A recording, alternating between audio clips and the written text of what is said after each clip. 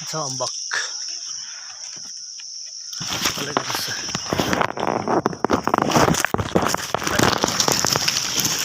हातमा यस्तो झन्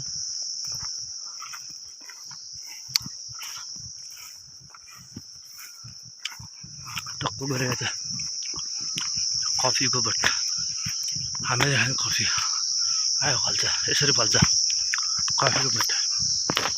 अहिले मनकन्टर घरिघरि माछु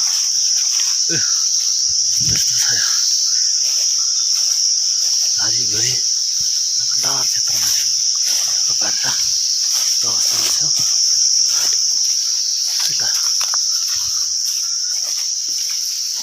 यहाँ के पाउँछ त भन्दाखेरि यिनीहरू अर्कोहरू पनि टन्नै हुन्छ, अरू चिजहरू पनि टन्नै हुन्छ।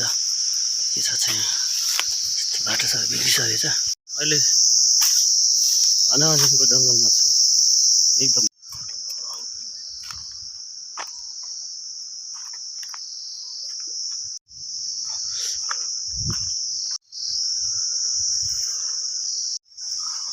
हाइट